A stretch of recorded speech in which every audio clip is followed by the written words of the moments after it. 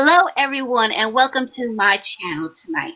Tonight, I'm joined by Jack Beers and Crystal. We are going to be discussing about how we're going to set some rumors and put them to rest. They're all Orville related. These are not about me and my life, in case you were wondering. No, these are all Orville related rumors. Now, out there in the Twitter world, the Facebook world, all sorts of worlds, you might say, that there's an awful rumor going out there saying the Orville has been canceled.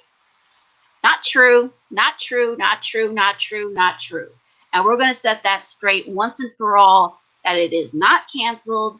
So if you think it's canceled, walk away right now. But we are going to set the record straight once and for all. The Orville is not canceled, and this is why it's not canceled and why we can prove to you that the Orville has not been canceled. Some things about NDAs in case you didn't know what an NDA is, and some other information. So does anybody in here know what an NDA is by any chance? I do. It's called a non-disclosure agreement. Yes. Okay, Jack? It's a non-disclosure agreement? Exactly. Hello, Cryptic. How are you? So a non-disclosure agreement, basically, it means that you sign an agreement that you're not going to disclose any information out of that room. Basically, actors have to sign them, producers have to sign them. If you do focus study groups, sometimes you have to sign it. It all depends on the job. But the thing is, everybody in the Orville community has signed one. I'm pretty sure they have. Not us, but we, the fans, do not sign those. But the actors and producers do. And sometimes they release content and share that information with us. We've gotten content over the years, like what they disclose at GalaxyCon, information that they share online on their personal Instagrams, Twitters, whatever it is, they are willing to share that. But if they don't share it, that's okay. That's because of their non-disclosure agreement. And if they release that content, they could risk fines, they could risk imprisonment, and they could also risk losing their jobs. Pure and simple. A lot of people don't realize the seriousness of that because Tom and all the other crew members and cast are so gracious to share the information that they are sharing with us. They don't have to share any of this with us. I don't know if you, Crystal, or you, Jack, have ever been part of communities where they did not share information, but I myself have been part of many communities, Smallville, Star Trek, Star Wars, and they do not, and I repeat, do not share stuff with the content with their fans. They don't. And here is don't Cryptic, talk directly who's with going to them join us. either. Yeah. Hello, Cryptic. Hi Alicia, hi Cece, hi Jack. Hello. Hey. So, yeah, first I kind of just say thanks so much for having me on the karaoke the other night. I do apologize that my laptop crashed. Oh, you're so welcome, my dear. And can I say you got such a great voice, especially you, Cece. You got a beautiful voice. Thank you. So, you didn't actually see me because I have a camera. When you were singing from The Greatest Showman, I was singing along and doing the movements, but obviously you didn't see me. But you got a lovely voice, Cece. Thank you. Thanks, Anyway. Cryptic. So, Cryptic, I got a question for you. Have you ever signed a non-disclosure agreement by any chance, or do you know what they are? They are, obviously, a non-disclosure agreement, which means you can't talk about anything outside what the studio or execs want you to say. But, because they like to drip feed information out as they're going along to kind of tease the fans. But, I understand the whole NDA. I mean, they're all behind it. And obviously, with a show like the Orville, there's so much anticipation for season 3 that with Seth MacFarlane, Seth MacFarlane loves surprises. He loves to kind of turn a head on its audience.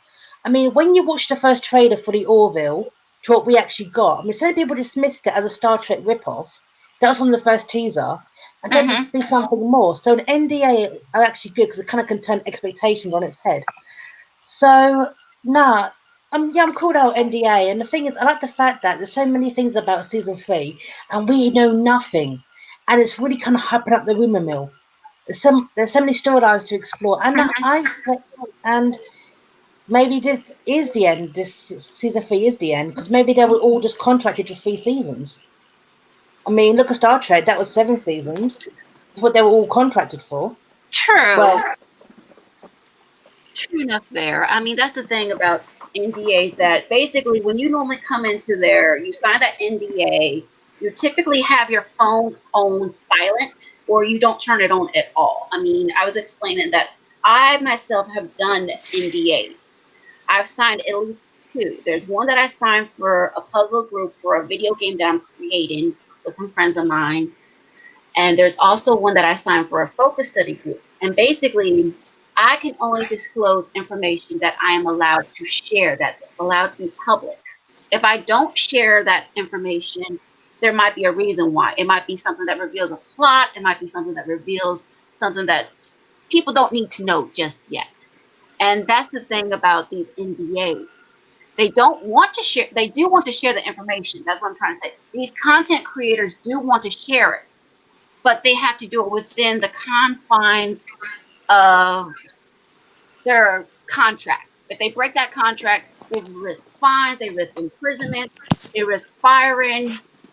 If they do all of that, guess what? Bye bye. No more job for you. You can kiss it goodbye. So Right. that's the thing that's so serious. And when this person comes out with this awful rumor, I mean, saying, "Oh, Orville's been canceled." Well, where's the proof? Because I'm gonna let Jack talk about this, because he spoke to this person and hopefully tried to get some information. But I don't think he was too happy with the response, were you, Jack? No, I actually, yeah, I asked when I first saw the article in question. They, I read it and I noticed that there was no quotes, there was no source, there was no information of where they got this stuff from, this rumor or whatever from. So I found their Twitter and I went ahead and I asked, "Where's your source for this?" And their response was Mm-hmm. something about, "Oh, it's an exclusive." And I was like, "Okay, but that's not what I asked. I asked, where the information came from." And they said a reliable source. So I told them, "So is this a rumor then?" And they said, "No, you can believe it is, but it's not." So I was like, "Okay, I'm going to stop talking to this person because he's not being very helpful right now." Um, I I I uh, I haven't met Tom, but we follow each other on Twitter, and he was actually nice enough to give me this pin. Um, that's on my. It's a little Union pin. He sent that to me, so I love this thing, and Very so cool. I went to his Twitter and I asked him, "Is this true?" And Mm-hmm. he sent me like an old picture of the newspaper. Can't remember the source right now, Mm-hmm. but Beat uh, and then he something. said don't worry, it's not true. And so I took that and I went back to the author and I sent it to him. I was like, "Can you explain this then?" And the author doubled Mm-hmm. down and said, "No, and I don't have to." And so that's when I started tagging everybody and telling everybody what happened. But yeah, so that's the story. It's very short, but yeah, it's totally false. You make sure everybody knows that it's totally false. The producer of the show in question has already dispelled it. Mm-hmm. So let me set the record straight. Now, who in here is a writer? Can you let me know? I've done some writing. I did a little dabble. Okay. So let me ask you, Crystal and Cryptic, this question. What is one thing that every writer must do? You have to have credible sources. What You have to Crystal cite said. them. Right. Yep, agreed. Exactly. This individual that Jack spoke to did not did not have a credible source. And that's the way you knew it was uncredible. This was the way we knew it was a troll. It's a red flag immediately. We know immediately this does not sound right. As much as we want Orville to go on, we are not going to start rumors that something is false when it is clearly missing the main thing. Hello, Elihu. I'm going to add you in. If you're missing key sources, if you're missing the source, you have already lost this girl's interest. I'm already tuning out, closing out the stream, saying, nope, you're nothing but a troll. Trolls, unfortunately, live off of the drama. Yeah, I will say that. They live off the drama. However, can I just say that Mm-hmm. the thing is, when that I've actually read the and there was an article about banning the comics as well. That one thing I did absolutely love is when every single fan, the outrage with even the idea that the Orville might be cancelled. And now the thing is, I absolutely love that because the thing is about the Orville, it's such a not a niche show, but the thing is, it's just compared to Star Trek and Discovery and Picard, that kind of gets all the attention. And this kind of niche show by Seth MacFarlane never gets the respect he deserves. I mean, when you saw the fans' outrage, it actually was quite pleasing to see that actually gets a lot of attention as well. I mean, if you remember back in the 60s when Star Trek was being cancelled after season 2, letter writing campaign. Correct. Was it NBC? Well, the studio, and that got Star Trek as season 3. Yes, it was NBC. So in a way, Yes. even though it's a false rumor, the fact is that the fans screamed out in unison, "No!" That that is what was probably. Firefly didn't have that, and if Firefly would have had that, they probably would have got season 2, 3 onwards. I wish they did get Firefly season 2. Everyone wishes that. Yes. Yeah, I mean, if you listen to the opening credits of Star Trek, they always say it's 5-year voyage, and I think originally they thought it was going to be 5 years. It's continuing, but people were not ready for it at the time. Yeah, and so I think about the story, The Boy Who Cried Wolf. I'm sure everybody has heard that story, The Boy Who Cried Wolf, and that's the impression I'm getting with this person. This person is crying wolf, wolf, wolf. And here's the thing: when they actually have some news to report, I think that nobody's going to take them seriously after this incident, especially in the Orville community. And I said, you know what? You have lied 1-2 times. We're going to just say, you know what? Nope, you're a troll. You're a liar. Nope, can't take you seriously. Because the thing is, that boy eventually, I don't know if there's one. I think there's one version where the boy who cries wolf the third time, and it's actually a wolf that comes. And this is a bit horrific, but I'm going to say this. The wolf literally eats the little boy. And that's the thing. I think that's what's going to happen with this individual. Because us in the Orville community, like people like myself, people like JP, people like PJ, people like other people out there are out there getting the word saying, this is not true because. Get this, Alicia. And I actually made a phone call to a union worker who works on the lots. I'm not going to say his name or union number because I don't want to get him in trouble. He said, no, nobody is striking. Okay, because of yes. I'm like, okay, cool. Thank you, man. He's like, hey, if we're going to strike sets, we're going to tweet about it. We're going to tell everybody. Everything I cancel, we're going to spill the beans before everybody else does. Like, nobody's striking sets around here. Mm-hmm. Like, yeah, I know, it's false. Yeah. Yeah, and that's the thing about this community that there was another comment that tried to double down on it. I mean, we've dealt with these calls before. I mean, remember that week with the football field thing? Yeah. Yes. I mentioned that. Yes. I think it's the same person who did the leaking started a little bad rumor. It's a different site because I looked at the site. I looked it over, and the person who did it, I think they're obviously very jealous. I really do. This person is probably someone that's very jealous. They're desperate for fans, desperate for views, desperate for popularity, and they are just going to do whatever they can. And that's the thing. I'm going to say this straight up. There does not need to be disunity in the Orville community. Our name is Planetary Union. We need to have that union. We don't need to let that union go. I got pissed and took a page of the hallway. Good thing probably wasn't around. Because if we don't have any unity, guess what? We're going to fall apart. The trouble with rumors even if they could be used for good things to get fans into it and stuff, it backfires because the sources will eventually lose credibility, period. Right. And it won't work. I agree. Exactly. You need to have your sources. Exactly. That's the key thing. Make sure you have your sources. Make sure you have, because if you don't have those sources, it's going to fall apart. It's as stable as a water sandwich, honestly, Hmm. because you need to have those sources. And Right, this writer did not put their sources. And Right. people, So honest to God, do not want something unstable, especially now. We need stability.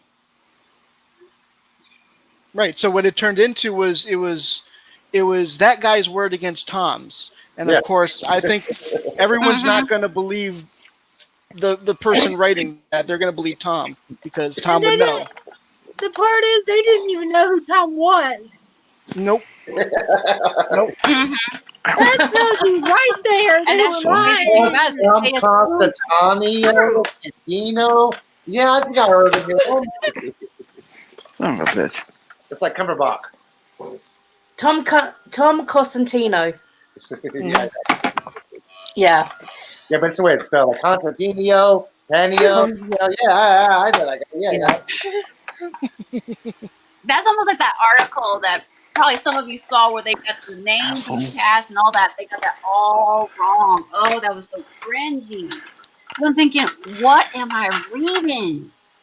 And even Tom Constantino said, "What is this?" It was a mess. It was just, it's a disgrace. Well, it's not. At least get the characters right. This is messier. Other is messier.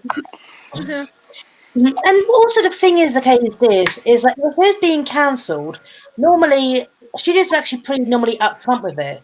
They do that thing every year when a show's being removed, cancelled. So I think the Orville that would have been announced cancellation quite early on. I mean, they announced Hawaii Five O's. They Yeah. announced they always kind of make it clear this is going to be the last season. Yes, and every actor says something about how they appreciated and are sad that it's ending. I've noticed some of them doing that. Hmm. No, because they kept going on. They were saying that I don't. Who in here got to see Galaxy Con this year? I know I did, and I know Elihu did. I didn't. I didn't. Okay. You missed out. Oh, where'd she go? I think. I'll be back in a second. No, that's the thing. I prefer actually being at cons and not watching them. It just kind of breaks my heart a bit, you know. It's quarantine. Yeah. You had to go I to agree. by yourself, so it's excusable. So Oh, that's it. Welcome back. welcome back, Alicia. And now she can't hear it. Thank you. There you go. So I hear a buzz in the at that background. Galaxy Con, that might be Cryptic's computer. So anyway, with the Galaxy Con, Better. that they would have said something then and there, right then and there. They would have said there is no season 3. Kelly Hugh was there. Scott Grimes was there. Oh, I love him. Jay Lee was there, and basically, and Peter Macon was there, and That was it. Wait, Alex. Oh. Anyway, What's his name? Why can't I remember his name? I'm too stoned. Isaac. I played Isaac. Wasn't he there? Mark. Mark Jackson. Mark Jackson. Yes. Yeah. Mark Jackson. That's it. Yeah, I'm a little stoned. So Sorry. anyway, that's okay. So anyway, they would have said firsthand at that Galaxy Con that it was canceled. They would have said something. Pure and simple. They would have said something right then and there, but they kept saying, "We're looking forward to season 3. We're looking forward to season 3." Yeah. And we keep hearing interviews. And like Cryptic was saying, you normally hear about cancellations. You normally hear about an actor's reaction to a show being canceled, like when the show broke with Holly Perrette, just got canceled. You heard about that one, and you heard about her reaction to it. this show has not been canceled because we have not heard any reaction. In fact, we're seeing more content coming out, not less. When a show's about to get canceled, sadly, I think it's getting ready to be where you don't see any content. We're seeing a lot of content. We're seeing comics coming out. We're seeing merch coming out.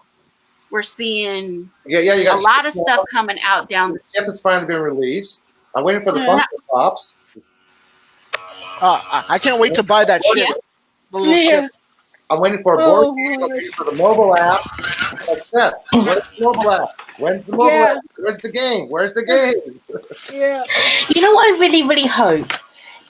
When I back in the day, I used to read the Star Trek stories. They were written by James Blish.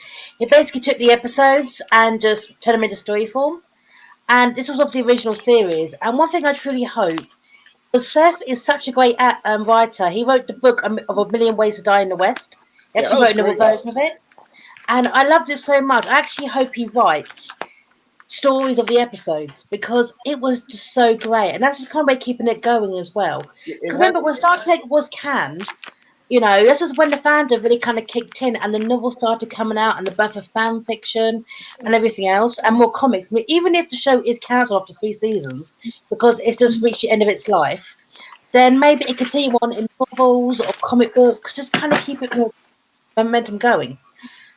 So in the beginning of the film of season 2, when John Cesar was posting pictures, he had slate cards with directed Jonathan Frakes, written by Seth MacFarlane. There's like little teasers, and he hid the episode name. But he had the director and the written by a couple slate pictures. So I know Seth has written at least 1 episode for season 2. Nice. I love Seth MacFarlane. Honestly, I've loved him for years. So he's very good at that. I mean, he's going to be directing a lot of these episodes, and John Caesar is going to be doing a lot of directing this season. I call him Cesar.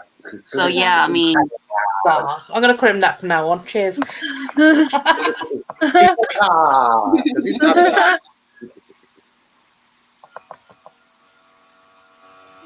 I heard about him when he was doing 24. But no,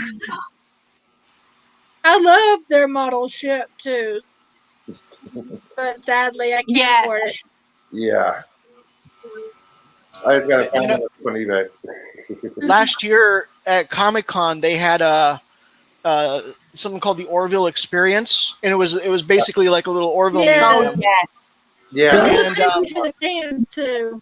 they had the actual filming model of the Orville there, and it was so beautiful. It was so detailed. I saw the pictures. I know. Yeah, I saw the pictures too. Yeah, I saw that we were going to take it out. I got to take so many see it in person. I know they had that. I got to take so many pictures. It was awesome. Props and stuff like that too. Yeah, they had a bunch of props. They had a bunch of Kalon heads. They had Bortus's makeup with the mustache. They had the phasers, different types of phasers, Union phasers, Kalon phasers. They had all the different types of uniforms. They had the Union uniforms. They had the different species that they've encountered and stuff like that. The head that they stab in that ritual, where Ed and everybody else, or Ed, God, I can't think right now, is they're supposed to be hiding as Kalons. That prop head is there with the dagger. Yeah, they had a bunch of cool stuff there. They had a bunch of different little Isaacs. Surprisingly, I learned that the lights in there are I wasn't sure if they were CG or not. When sometimes you see them, right? But they're actual little lights inside of the dome, and that's why it looked kind of strange to me. And I wasn't sure why, but that's why. One of the many things that makes Seth MacFarlane so amazing is that he shows his appreciation to his fans. Just one of the many ways he has.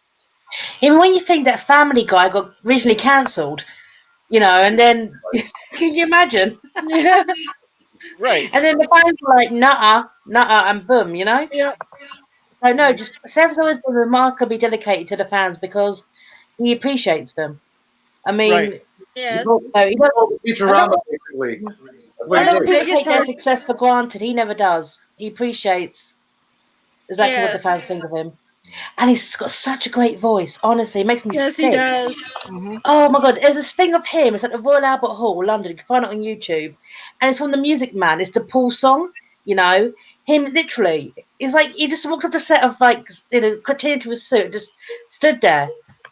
You know, I was thinking about how evil Paul is, which is actually quite funny to me. It's from the Music Man. It's incredible. And also, he has so much fun as well. He's he's just so talented. It makes me sick.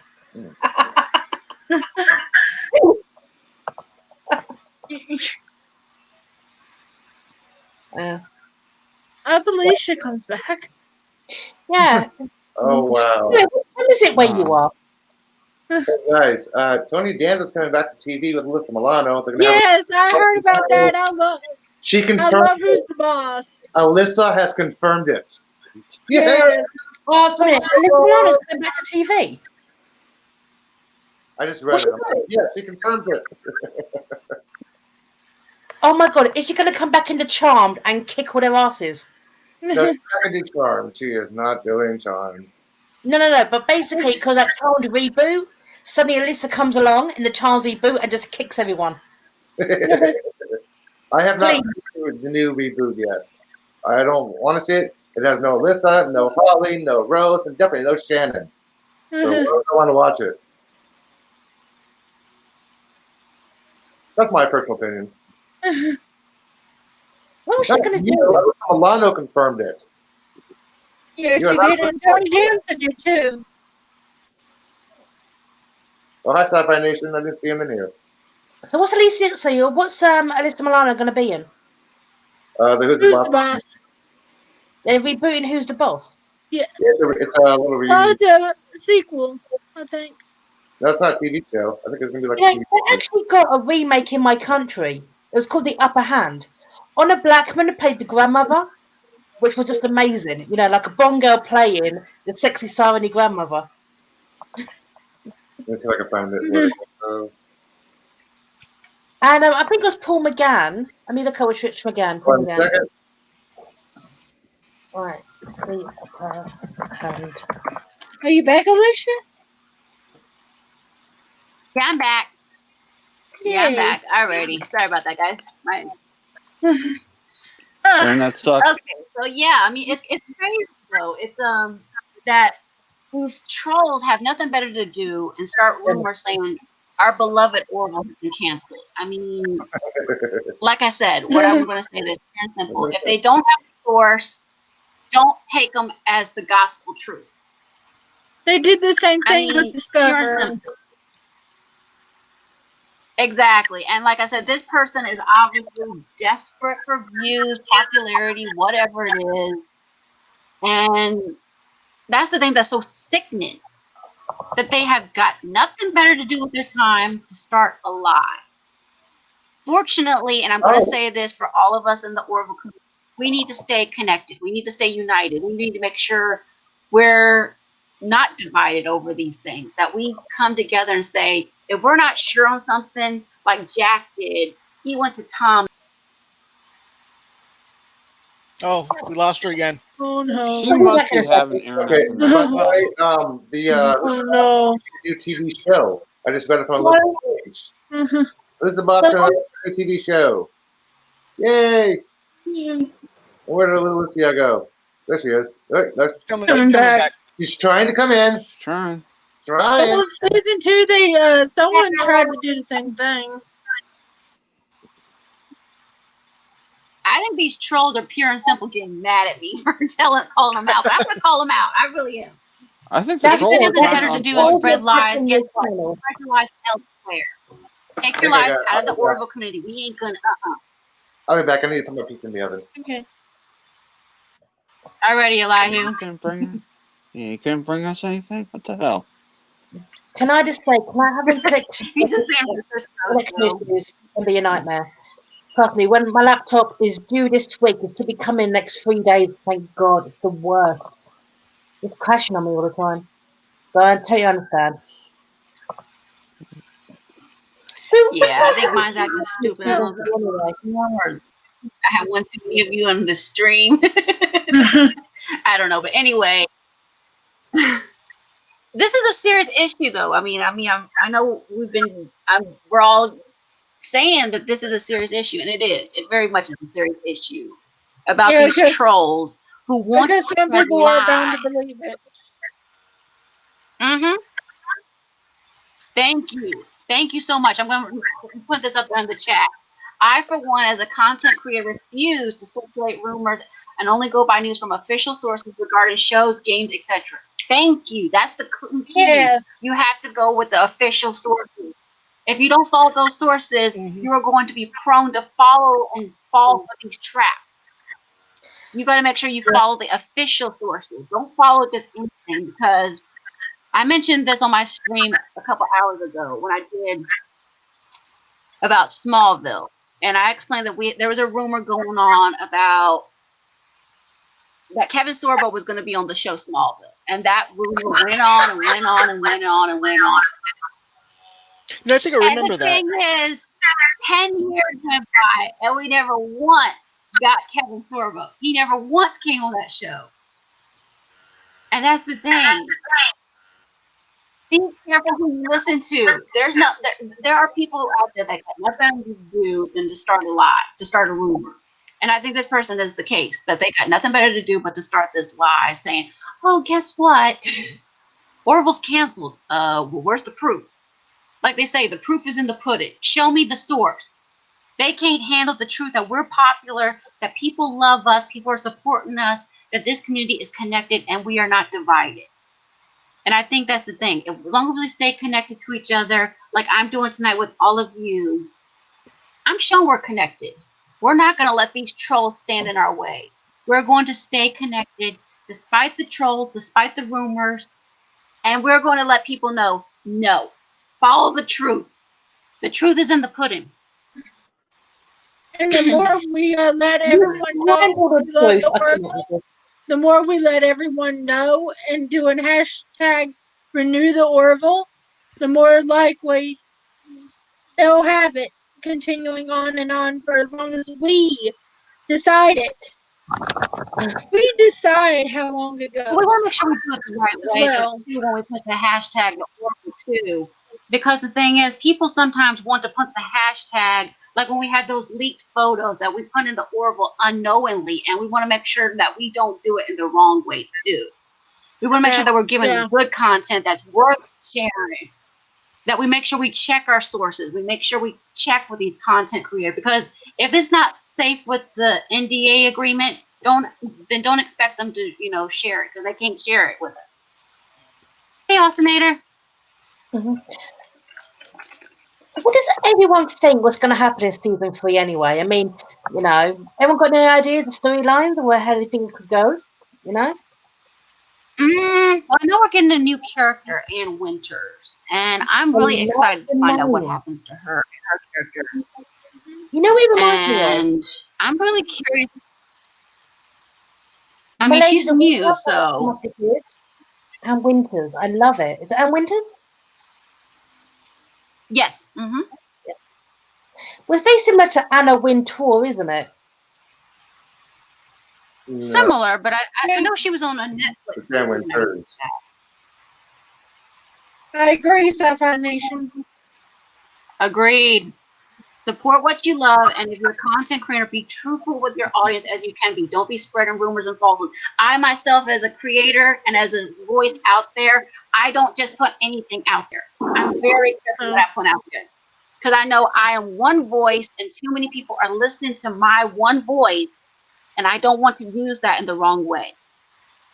Exactly. Once you lose it, it's hard to gain the trust back. Exactly. That's what's wrong with rumors, too. Mm-hmm. Because you can only make one first impression. And if you ruin that first impression, you have literally made people not want to trust you ever again. And they can't get that trust back. I mean, that's the thing, that I have to be very careful what I put out there. And that's what I'm urging all of you who are out there. If something smells like a rat, check it out. If it looks like a duck, quacks like a duck, it probably is a duck. Quack, quack. Like I said, if it smells like a rat, don't be afraid to call them out and say, "You are a rat and we are going to stop you right there and there. Hey, we are You anonymous. don't belong to the rat. We are anonymous. Don't bring the ratness to the Orville community. The ratness does not belong here. The We thing are Need to jump in anonymous. here. We are anonymous. Jesus free. the thing We I do not couldn't finish mazes. We don't finish mazes. Except stand is Mario. they called us toxic. Hmm. I mean, that's the thing. We Yep. need to prove them wrong. Prove them And wrong because they're it's doing we exactly what are toxic toxic. We people are do. united. I mean, that's one thing I do on my channel. That's why there's so many of you on this panel tonight with me because I try to bring so many people together under one roof and say we're all connected. We all have something in common. We're all friends. We all support the union of the Orville, and we go with it. Under We one support roof. people like Ellie. We support people like PJ. We support JP, whoever it is. JPPJ. But we do not support the trolls. When it comes to content Yes. and creators, I do book reviews, so but yeah. The only troll I support is Trollfoot. That's Danny DeVito. He is and Mark Hamill is a good troll. Yeah, Danny's funnier. Yeah. I do follow both. Yeah, Or the that's one in true. Willow.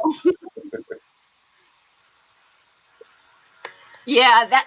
Thank you, Sci-Fi. That's the only Rat Pack I want to see is Dean Martin, Frank Sinatra, Sammy Davis Jr. Yes, Hey, that's hey, the Rat what Pack about I the want to Breakfast support. Club? The Breakfast Club. Come on, that's a good Rat Pack. Yes, that's the only Rat Pack component. The only troll I support is Chronos. Yeah.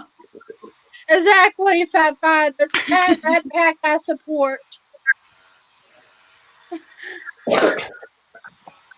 But no, we are going to stay connected because our name says union right there. Planetary Union. Look at my Hello. icon. See? Aw. Look at my icon. What does it say? How come it's an Orvillian? Oh, you can't. Read the logo. Yeah. Read the logo. It's too small, Lucia. Can you blow it up? Put it on the main screen. Sorry. He can't see it. Jack can't see it. Oh, I see. Let me. Oh, there you go. That's pretty. Yes. I like it. That's nice. Yes. Tree. Planetary Union Central. Yes. That's the best Happy kind to Arbor have. Day. I took it Yep, from a happy Arbor Day. Like I said, we may not always agree with each. Whoop. That went straight over I'm my sorry, head, by the way. I'm British. I was like, what the hell's Arbor Day? It's a screenshot of the game that I took a screenshot from the game. It went with me. I caught it early on because we don't celebrate it anymore. It used to be an American holiday, but that's the thing. We may not always agree with You each got other on me. certain things. Like some of us might be Dan fans, some of us might be Captain fans, but we all come together under one banner and say, you know what, I support this, I support that. We support the main things. Saying we like the show, we like the movies, we like, the mini movies that are out there. Or we support the content creators, or we support the By the music, way, we support the costumes. Alicia, We do not support the trolls, sadly. Alicia, you know how Yes, Eli. Captain Merchant says we should no longer fear the banana? Well, the banana's got better things to do. Check this out. We need to fear the trolls. We need to fear the trolls. There you go. See, I caught it. No longer fear the banana. Yeah, We don't But I do fear those Don't fear the yellow trolls. snakes that look like bananas. So you no longer fear the banana. See, I ain't fearing the rat or the troll. I'm just gonna call them out. I really am. As an inner writer reporter, I'm gonna call you out. I'm gonna say, Yeah, because check this out. Like, if you're not sure and you're out there watching. I have me, Right? myself, and I. See, me, myself, and I. All three of us will get trolls for you. Okay. Well, myself, I'm not sure about myself. Well, he's a little iffy, but me, and I really don't care. But myself, yeah, watch out for him.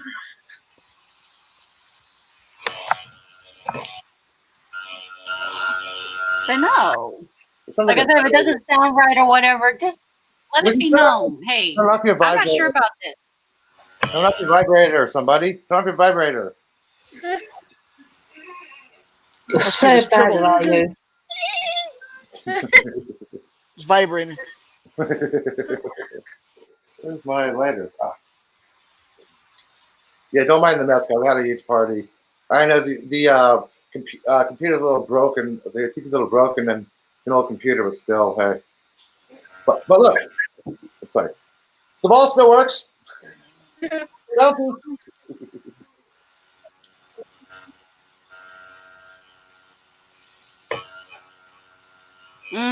Sadly, Sci-Fi Nation, I think the trolls have been around even before the 90s. There's always going to be trolls. I did want to go back to the Orville experience for a second. I wanted to talk about the costume, the uniforms and stuff like that. The detail that they put into it, the detail is so well. I have a video out there. I don't really push for my videos and stuff like that, but there's a video out there where it shows the experience, and you can see the detail in all of the outfits. They have the zipper outfit. They have the zipper jacket, which was awesome. I thought that was cool. Little sticker from there. Oh, that's Do pretty. not Oh, peel it. that's nice. Yeah. Don't peel it. Do not peel it. But use it as Oh, a I will not. This actually came with this, which so they came Okay. from Tom. So I will not. Yeah, I will cherish those. Awesome sauce. But yeah, so the Very detail. cool. I just love the detail of that they put not just in the uniforms, but in the aliens outfits. It's not just cloth; it's vinyls, it's plastics, it's so different. The belt buckles look so exotic. It's Be just right back. I have to get my pizza. Sorry. it's just one of the things that I noticed about the detail of this. Their phasers, they light up, and they they put that much detail into it to where it's very easy to buy into the Orville, to buy into the stories that they put into it, because the people who put the props together or the costumes together, they know their stuff. They know their stuff. So I got a question for everybody out there. Who was a fan of Orville from day one, or did you become a fan after day one? I'm waving my hand. You can't see my face, which is good. I said a shower, but It was originally, when it was sold. It was sold as a comedy version of Star Trek, like a Star Trek but comedy, which I thought was okay. I thought that was going to be fine, because at the same time, I don't know if you remember, but Star Trek Discovery came out at around the same time, and so Yes, it did. so I ended up liking the Orville and not really liking Discovery much. I felt like the Orville felt more like classic Trek than anything that they're putting out today, and that's kind of what I enjoyed about Trek and stuff like that. And I was so glad that they preserved that in the Orville, because otherwise there's no other show doing it like that anymore. There's no other show doing it like that. So otherwise it would have been lost. The formatting that they do, the way they light everything, the way they write things, the certain acts that they do, the tension that they put in, the philosophy, the optimism. It was something that I just really missed, and I was so happy that I can experience it for at least a few more seasons of you know what I mean? So Right, gotcha. Mhm. What about you, Crystal? Were you a fan of it from early on, or were you into it after the first episode? I think it was a little after the first episode, but it was in the first season when it first started. It was third episode for me, Okay. What about about you, a girl. Cryptic? first What about you, episode Cryptic? before the first episode. Sorry, I just want to grab a drink. Yeah, before the first episode, the moment I saw the teaser trailer, I knew I'd like it. And one thing I felt the vibe from it straight away was that compared to Star Trek Discovery, it felt like the Star Trek that I grew up with, the happy, the optimism, the in a way to boldly go. And when I saw all the actors connected with, if you go on actually IMDb as a list of all the connections to the Orville to Star Trek, directors, actors, all that kind of thing, writers, there's so many connections to Star Trek. In a way, it feels like Star Trek to me. I mean, when you see that Jonathan Frakes directed an episode, well, you know it's going to be good because he directed so many great episodes of Star Trek.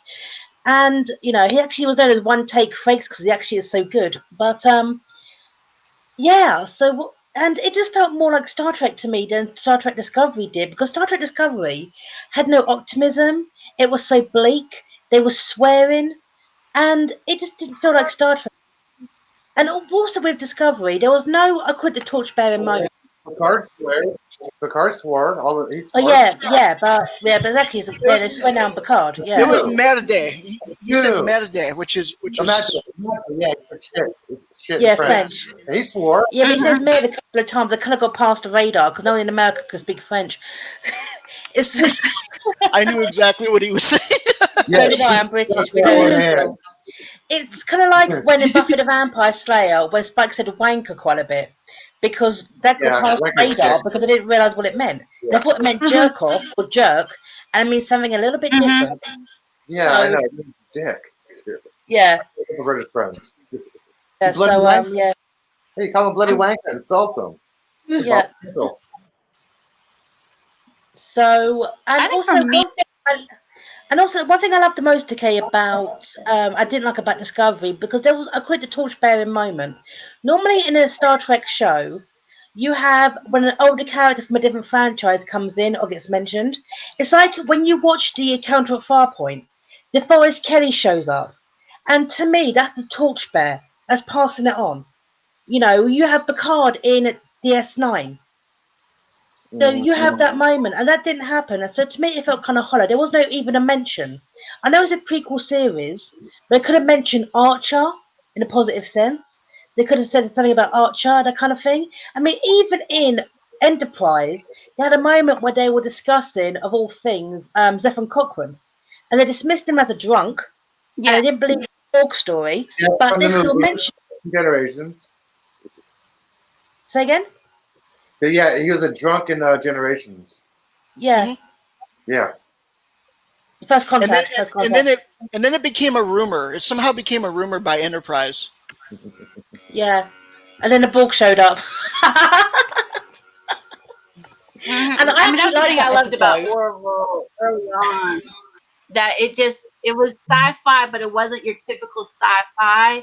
Because have loved sci-fi since inside my mom, and sci-fi has always been a huge love for me. And when I found out Seth was coming out with Orville, I was like, because my Entertainment Weekly magazine actually defined it as astronauts in space and their misadventures. Boy, did they get that wrong. It's not astronauts. They're already in space.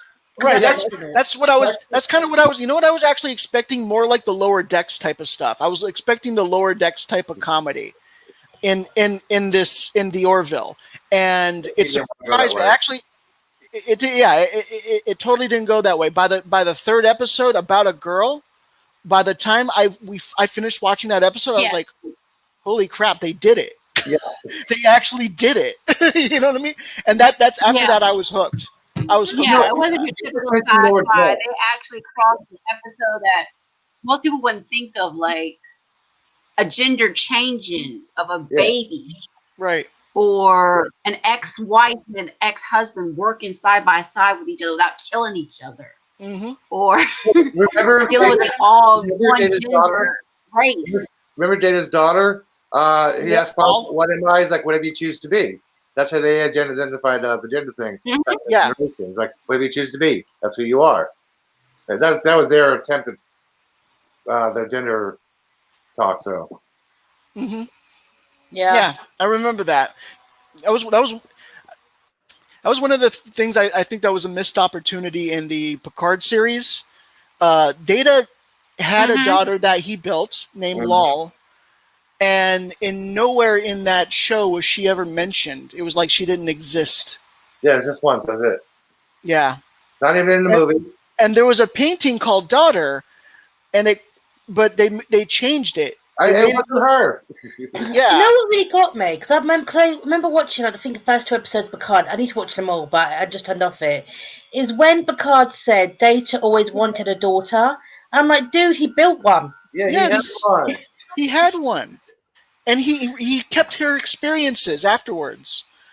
You know, I don't know. I just felt like that was such a beautiful episode. Why would they ignore it?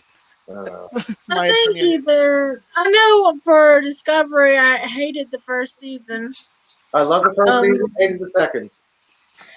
I watched 2 episodes. I quit.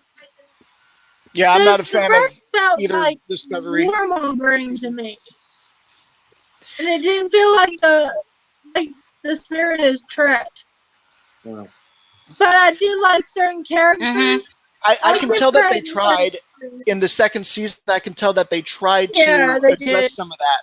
They changed the Klingons to made them look a little more traditional, but they still got it wrong. Still works. The Klingons. I would not have objected to them if they came in with a new species under a different name.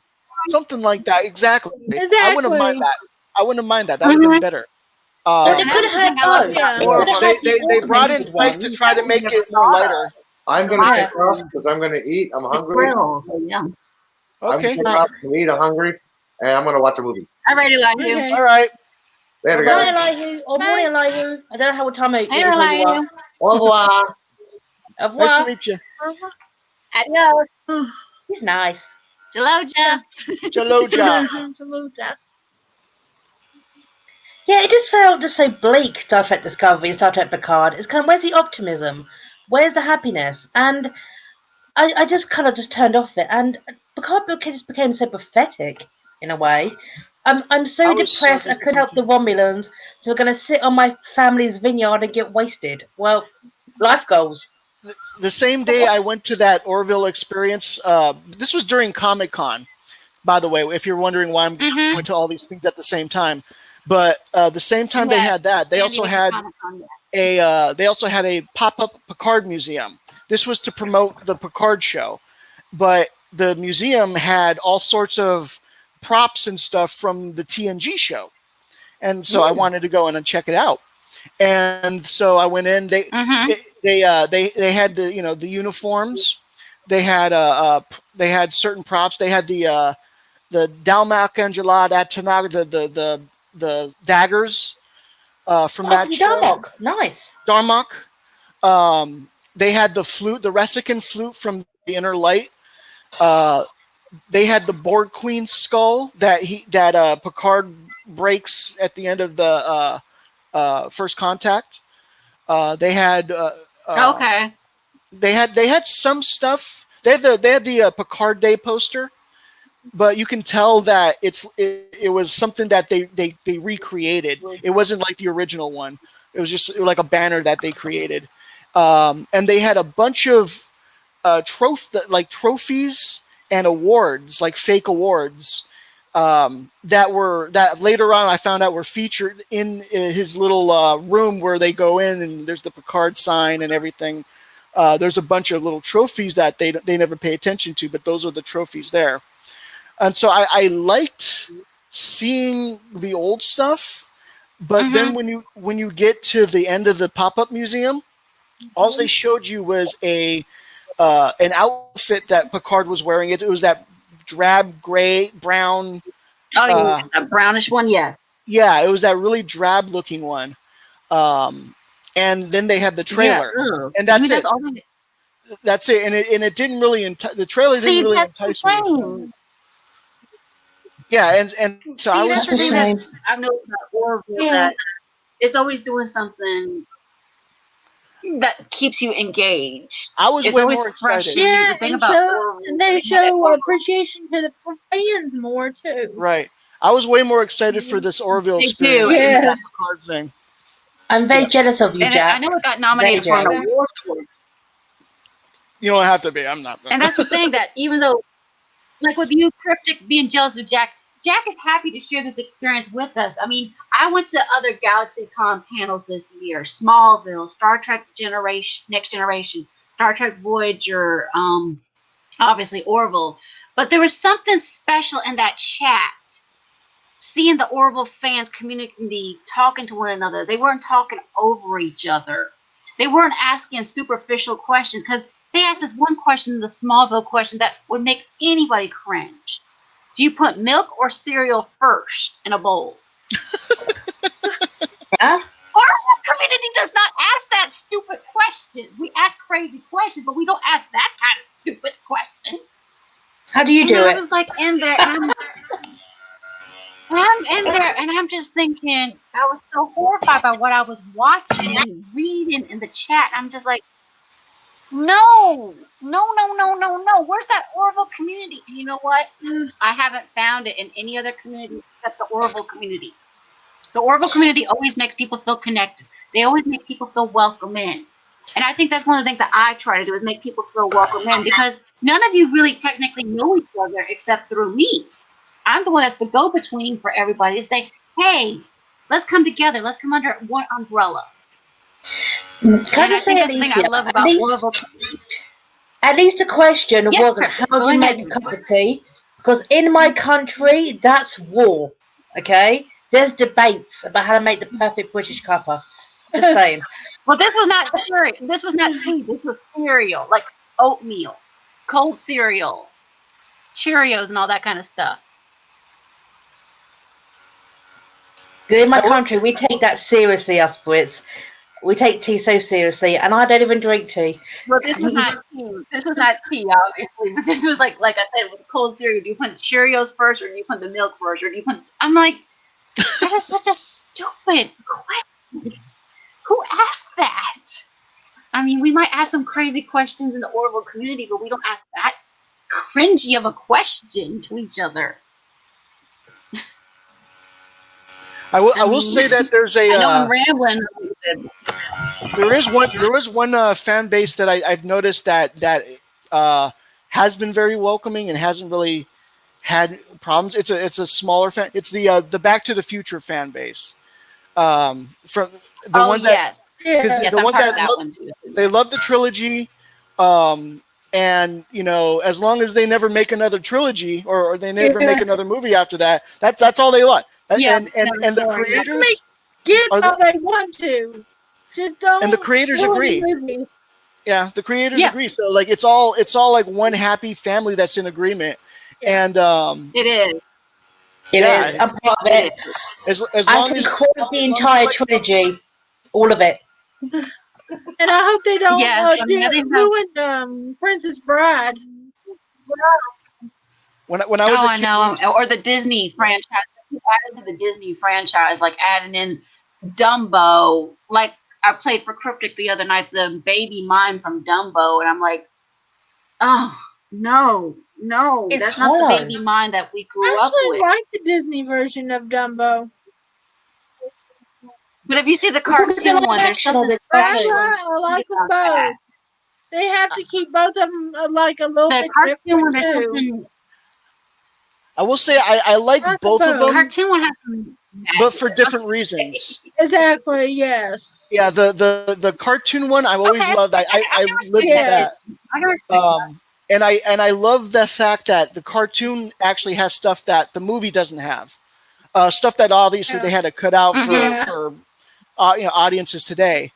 But I do like how they expanded it afterwards, because the end of the Dumbo animated movie is only the middle of the live action Dumbo. Yeah. There's a whole other plot afterwards Okay. about with this like this. It's who is it? Michael Keaton. It's Michael Keaton, and Okay. he plays like this bad Disney type of character, Walt He Disney type plays of good character. villains and good heroes too. So. hmm Right, I remember that. Okay. Okay. But like I said, we all have different interests like that. But like I said, Yeah. the Orville one never makes people feel excluded.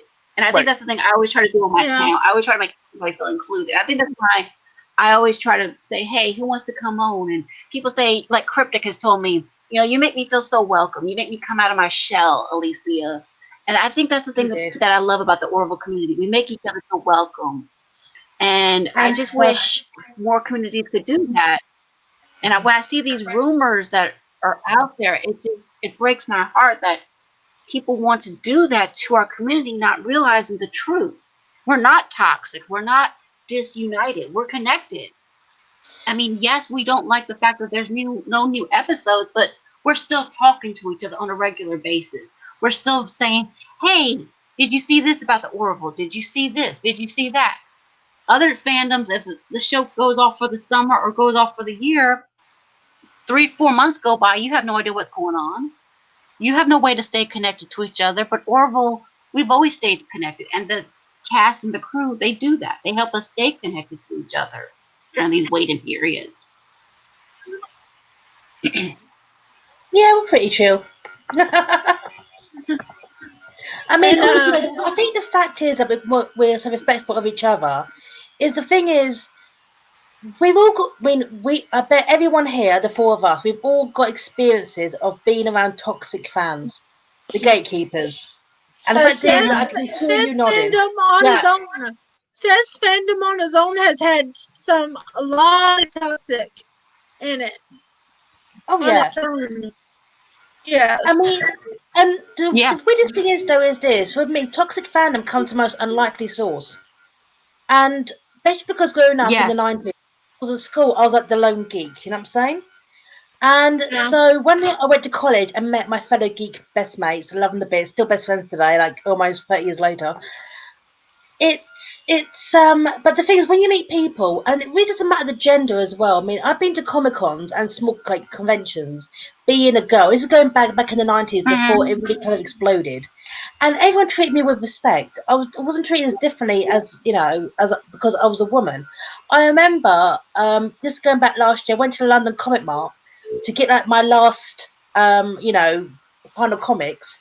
And when I screamed that full set, people gave me a cuddle, because I finally got that last comic in my collection I've been looking for 5 bloody years. That moment. But I've met women as well who are also toxic about the fandom. This is when I was to start at university. So this is going back 20 years ago. And I met this girl. I thought we'd get on fun. We're into the same kind of fandom: Star Trek, Xena, Star Wars, But the thing is, when we were discussing the merch we had, the thing is, she was way more richer than I was, I mean, I was, the poor student, I had to work through it. And her definition of fandom was how much merch you had. And I didn't have any merch. I just watched the show because I'm poor. I can't afford the merch. I'm poor in uni. Right. And the fact is, she looked down on me as a fan. In her eyes, I wasn't a true fan of this show because I didn't own any of the merch. So yeah, so I wasn't good enough to be a fan in her eyes because I didn't own every episode of Buffy yet. Yeah, I remember being so young. That's the thing that and so into the commercials that you would see as a child. There'd be a new toy that comes out, and you'd be like, you go to your parents, give me that, but they don't got the money for that. Yeah, right. I so wanted the Power Wheels. I was when I remember that pops in my head. Wanted the Power Wheels, and of course we couldn't afford it, so we never got one. But yeah, it was a that's kind of how that is. Yeah. Oh, totally, Jack. I totally understand. I got quite lucky though, because my brother, he's 4 years older than me. So by the time we were growing up, Star Wars was really coming into its own with the kind of merchandising. So for Christmas, we got joint Star Wars toys. So it was nice. Nice. Yeah. Sweet. Between us. So See, that's the thing about the Orville community, that we may not for some of us, like Jack, he has the pin and he has the sticker and he has that experience. Some of us may not have that merch, but the thing is, we don't make anybody feel bad. But we always try to tell people, hey, this is where I got the merch, and you can get Tony Sweetheart, who's on Twitter. Bless her heart. She's a sweet person. I absolutely adore Tony, and she has a picture on one of her things. Well, I asked her the question. Yeah. I said, "Where did you get these posters that are in the background?" And I said, "Where did you get those?" And she said, and she gave me the link where she got them. And that's the thing that was so cool. It wasn't something very expensive. And I was so curious about that. And like I said, that's the thing I love about this community, that we'll help each other find that merch for good prices without making somebody feel bad, saying, "Oh, you don't have the money, too bad. So sorry, Charlie, you're on your own." But this one they'll say, "Hey, you can't find it, I'll help you get it." Like the t-shirt I'm wearing that says that I got from Ellie. That's the thing I love about this community. We make people feel welcome. We say, "Hey, I'll help you get this. I'll help you do what you need help with. What do you need help with? I'll get it for you." Yeah, I mean, everyone here has got the story of the whole toxic fandom. And one thing I love about the Orville is that even when I'm, on like PJ or JP's live streams and everyone's chatting, there's never a sense of any dissent. Everyone's just there to have a good chat and have a good time. Mhm. And everyone's just so polite to each other. Agreed. Yeah. Exactly. We have common ground. Apart from the fact That's the way that it should everyone be. is That's the way it united should be. by the Star Trek Discovery, apparently. That's how it should be. That's how it should be. But they're like a Star Trek That's how it should Discovery. be with all of the fandoms. Yeah, I may not like some of what Discovery has, but I also pick out parts that I do like. I obviously try to be fair, and I hate rumors as well, so it really bugs me. If someone like starts a dating rumor and whatnot, I want to get the source. I want to see it for myself if it's true or not. Right. And I think that Of led course. to a block by Tony Sweetheart with me. I've grown from that. So Yeah, I don't that makes listen sense. to rumors. Never have. No, that's what I like about this totally community. Just people just getting along. I mean, let's face it, we're all different parts of the country right now. Hey, I'm in the United Kingdom. It's almost 2:30 in the morning. You're having a chat with you fine people. It's awesome. Where's everybody from? I'm from San It Diego. is. I'm from North Carolina.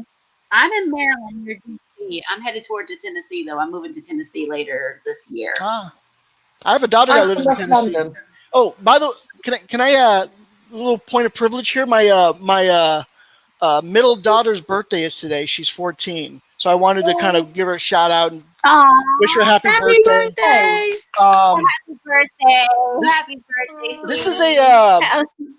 this is a stone. This is actually a stone. I can't remember what it's called, but this is something she gave me for Father's Day a few years ago, and it actually glows in the dark when you put it on a black light or whatever. It's a natural stone, and it naturally glows in black light or under the sun. That's awesome. Ooh, That's cool. I want that. that's so cool. Yes. Back to Orville. Lovely. So you got how many children do you have, Jack? We share so much that we have in common, and we don't think about the distance. Like Jack, I didn't realize that you were all the way in California, and I know Crystal's in North Carolina, and I knew Cryptic was in England. But the thing is, you don't think about the distance when you're talking to each other. You just think that's a friend of mine. They're welcoming to their community. They're saying, "Hey, how are you? What's going on?" "Oh, cool, Jay, you're from Michigan." But like I said, it's so cool that we stay connected despite the distance. We stay connected no matter what. Distance don't matter. We don't let distance come between us. Distance don't really it matter. doesn't. Especially if you're friends. They don't. They don't. Especially if you're one and true friends with one another. You don't think about it. You don't think about it. Nah. You really don't. I mean, Cryptic, I know she's staying up late to talk to us and everything. And I love that about Cryptic doing that for us. And I mean, I'm just grateful that she's willing to do that. Take time out of her sleep schedule to talk to us. I mean, some people say, "Oh, I'm going to sleep. I can't talk to you." Saying, "Oh, you guys are just a bunch of yank." By day, I'm a shift worker anyway. Okay, so this is actually the norm for me to be up quite early. So I live off caffeine and nicotine and sarcasm, but that's in the big life. You know, I have a biological mother and I have siblings that live in Tennessee. Okay. Nice. But see, like I said, you stay connected. I got a daughter that lives in Tennessee. I have my youngest daughter lives in Tennessee, and my 2 oldest daughters live in West Virginia. Okay. Oh, Yep. I've been to West Virginia, and like I said, I'm moving to Tennessee later this year. But like I said, that's the thing I love about this community, that we all stay connected. And what I'm trying to tell you, people out there that are watching this, don't listen to these rumors. Let's spread unity. Let's spread connection. Do not spread the rumors. If you're not sure, go to find the source. And if you can't find the source, go ask the producers, go ask the cast, go ask the crew. Don't ask them everything, but just ask them something within reason, like Jack did, and said, "Hey, something smells a little fishy here. Something doesn't sound right. Can you check this out for me?" I've So always yeah, been like that around rumors. That's why I get too nosy at times, but at least I want to find out for myself the truth. Right. And right, if you have no source, then just call it a rumor. Exactly. exactly. I mean, always cite your sources when you're doing stuff like that. I don't care what it is. I mean, when I'm doing fan videos for the Orville community, I always try to say where I got my videos or where I got my pictures or music or whatever. Because I don't want somebody to say that's plagiarism. Because plagiarism is such a huge issue and people don't want to take it seriously, but it is. And if you're stealing from it, that's not right. Yep. But cite your sources. Cite your sources constantly. That's all I gotta say. And stay connected to each other. Make people feel welcome. We want to spread Orville love around here, not hate, not disunity. Yeah, I that's agree. cool. I totally agree. I think I like about this fandom, and one thing I have to like about this fandom is that it first started off so small, and it just Yeah. seems to grow bigger and Mm-hmm. bigger. It. I know so many people who now love the Orville. I remember actually Mm-hmm. having debates with people who were like, "I don't like the Orville because I saw like the first 2 episodes." I'm like, just stick with it. Just give it a chance. They were so dismissive of it. Especially now since lockdown happened, people are now Mm-hmm. looking for things to stream. So it's now it's found like a new fan base. So the audience is like, if it was a bit more organic than it being forced down your throat by a massive studio, this is the hot new show. It was just like, is this Seth MacFarlane's new show? He created Family Guy and many other things, and just give it a shot. It started off so small and Right. got bigger. It kind of let itself find Mm-hmm. its own fan, not the other way around. It didn't try to force the fandom. So I mean, unlike a lot of like other bigger shows, the bigger studios, the bigger companies, which kind of force it down your throat all the time. You Mm-hmm. know, it's like watch the Oh show yeah. or else, in a way. I mean, I always find a little Mm-hmm. bit in with the kind of like Marvel Exactly. universe. It's kind of like you've got to watch a film that you're not particularly enjoying because it links into the bigger picture. Mm-hmm. And it kind of it's like I didn't like Captain Marvel in a way because it's kind of like I've got to watch this to understand the whole kind of Avengers continuity. But I'm not actually Mm-hmm. enjoying watching this. Mm-hmm. I had to Right. watch it out of obligation. I know I have a friend or a former friend or whatever who was in the background in one of those scenes. He was one of the background actors, and when I saw the Mm-hmm. trailer for it for Captain Marvel, they put him in the trailer, and so I was like, okay, I got to see it because Philip's in it. Yep. Because But a lot of people like to judge Seth from the Family Guy thing, but he's he has his own identity from Mm-hmm. Family Guy. They He can't does. separate the He artist does, and from he's the always work. bringing new people. The thing that I've always loved about He Seth is. I mean, he's MacFarlane, bringing so many though, different people. Like I say, Seth doesn't care. go ahead, Cryptic. I love that Seth about him. He does does. not care. He doesn't care about critics. He No. doesn't care about the bigger picture in a way. All he really cares about is what he's doing and who's making it for. He Right. Actually, knows. he does care about the negative Mm-hmm. stuff because that does impact him. Even his sister has said that. The negative stuff does get to him like it does everyone else. He's a human being. And he's one of the best people Mm-hmm. I think is out there. Oh, I totally agree with you, Crystal. It must hurt him too. The thing is, he spent his entire career proving people wrong. So I reckon when he saw that thing, his Yes. Family Guy in space, he probably just smirked and went, You've got no idea, people. You've got no idea. He's so used to everything being dismissed that he knows, okay, how it's really going to turn about. Yeah. So, I mean, people I mean, he's dismiss made the him. mention that he likes to challenge himself. He always wants to challenge himself to push Yeah, I himself love harder. that. I love that too. He says he always push himself harder, push himself to the limits. Because he says if he doesn't challenge himself, he's not really feeling like he's enjoying himself. And you know what? I think it shows that he challenges himself because he wrote so many episodes during this 2 years so far. He's directed. He's come up with things that most people wouldn't think of.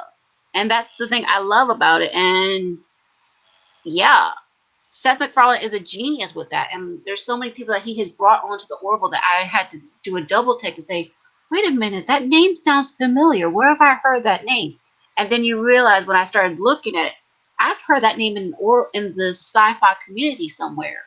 Star Trek, somewhere in the sci-fi community, but he's brought it all together in a creative way that doesn't feel like that's the same character like John Billingsley. He was Dr. Flock on Enterprise. And I had to do a double take. Where did I see him? Where did I see him? And I was, he was on Enterprise. I love that. You got two doctors from Star Trek. They brought both the doctors together. I loved it. Yes. You know what we needed, though? You know what we needed? The mum to be played by Beverly Crusher, Grace McFadden. Yes. That would have been the holy trinity. Awesome. I hope she does do a cameo. Yes. Marina Sirtis did a cameo, and I thought she did wonderful. Oh, that was beautiful. That yes, she plays the teacher. She plays the teacher, so yes. Mm-hmm. But I can't. They direct some of the episodes, like Jonathan Frakes or Tom Paris, Robert Duncan McNeil. He's directed episodes, or Tim Russ. He was the one that opened up the time capsule, and it's just like a treasure trove to find out who's going to appear next, who's going to be on there and say, "Oh yes." No, what I really, really want? I want John's dad to be played by Michael Dorn. I need that in my life, but because I love Michael Dorn, but no makeup. It's got to be as a human, because that's like the ultimate geek. Yes, it's Wolf without the makeup. And I openly maintain, and also honestly, that would be really cool. And I openly maintain that Dr. Finn's, donor sperm daddy is going to show up, and I hope to God it's Avery Brooks, please. Oh, there we go. There we go. Bringing in the big guns. Now, I would love to see I would love to see either Avery Brooks or Jonathan Frakes. That would be awesome. Like I know he's directed, but I mean like actually play a role in there. Yeah. Oh yeah. Maybe someone like Kelly's father or something. Something like that, yeah. That would be great. Imagine if you got William Shatner. Like I said, there's so many people on there. People kept saying that they'd like to see him play Avis. William Shatner would be cool on there. I would love to see William Shatner appear on there. The ultimate big boss of the Planetary Union, the boss, William Shatner. I can actually see that. I feel like he might be a little too expensive, but that would be awesome to see. That would be awesome to see either way. Yes. Yes, because I know Seth indirectly worked with him on the Oscars, so yes. Because there's so many people on there. Because I didn't realize at first that Penny was on Star Trek Deep Space Nine. I had to say, wait a minute. Yes. She plays his wife. Or and I had to, yeah. And I had to think twice. Like, wait a minute, where have I seen that one? Yeah, she actually did something illegal. She did something illegal on the show, like Cassidy or whatever on the show. She helped out the Marquis. She helped the Marquis. Thank you. And she was taken away, and then she still went back to Cisco and everything. It would have been interesting. It was kind of sad, like it was a little sad because they got back together, and then Cisco soon afterwards the series ended and Cisco disappeared into the with the prophets. I would say. Yeah, they had a son Yes. together, and it was Yeah. Yeah, and so I you think kind they killed her, didn't? I think they killed off her character, if I remember correctly. No, they didn't kill off a character. They just basically had Cisco leave her pregnant. With Cisco saying, "Oh, I'll But be back yes, soon," and I'm like, "Hold on, the prophets don't keep time like everyone else does." So when he says, "I'll be back soon," what, in 20 years? Will you have aged? Will you look older than you? You'll be back soon, Cisco. That's that's not good true. enough, okay? That's true. It was almost like when they had that episode of Orville where they sent Isaac to that culture, and they kept advancing and advancing and advancing, and Isaac did not age. He just comes back still looking fresh, spanking new. Yeah. They said, "We think this is yours." we brought your Kalon back. Thanks. Because We Ed looked at him like, "Who are sorry you it guys?" took us 1,000 years to figure out you weren't gods. That was the episode they made Kelly a god, so That was great. Yeah. That was Yeah. one of my favorite episodes actually, because you always wonder like what would happen if somebody from the future accidentally influenced the past like that, and they played that perfectly. The guilt Yes. that somebody would have, and then like the I don't want to say satisfaction, but the relief that it's over now. Like it's in the past now. Yes. And that You know what I love, she though? was a great part of their culture and stuff. Yeah. You know what I love though is that Kelly did one miracle, just one singular miracle. She fixed a little girl's leg, and then Right. suddenly okay, she became their Yes. god. I'm like, dude, Jesus. I know Jesus they is a didn't time fully traveler. realize what all they could do. That Jesus was just a probably a limited time thing. traveler. He took pity I on mean, that was someone, the crazy thing about the world. did some I miracles. mean, yeah, that's the thing that I love about Orville. There's so many things on there. I mean, even with religious kind of things, Seth doesn't make it funny, but he makes it funny in a way where it's not making it feel like it's blasphemy. Right. Like when he was saying, "My name is Captain Ed Mercer," and then when the person slams the door in his face and he says, "Of the Jehovah's Witnesses," which is That was- funny. That was good. yes, yeah. That was the one where Because there it's so was typical because people. they were in that spaceship that they didn't realize was a spaceship and it was going toward the sun. Yeah, I remember that. Exactly, with Liam Nielsen, and I love that episode. Yeah. If the Stars Should Appear, and I love that episode. Or the episode with, I mean, like I said, it's so great. Oh, Cryptic's cutting out. You okay, Cryptic? You need to cut and leave out. Yeah. I kind of feel like I feel nostalgic for the days when a season took 24 episodes. At least when it comes to the Orville. Mm-hmm. I don't know if I can do 24 Yes. episodes of the new Trek they have now. But the Orville, I would take 30 episodes, 40 episodes. Yeah. Yes. It's gonna be cut Yes. shorter. Yeah. And it but- doesn't feel like it's that short. Anyway, when you're watching it, it doesn't feel like it's long because Right. you feel like, They're gonna I make just got started watching it, and then They're gonna make the episodes longer, but have fewer episodes though. So I think that's a good deal. Right. Exactly. That's what they have like this season. I guess this season there's less episodes, but each episode is longer. Yes. So it's basically like movie length, I believe. So I'm actually looking forward to that. And as long as they keep, as I said, like I'm hoping they go 7 seasons and then a feature film and then they leave it alone. Or if they want to do a spin-off, they can do something like that. But leave that block of the Orville alone. I actually could see an animated version of it though. Oh yeah, no. If you want to do, Actually can.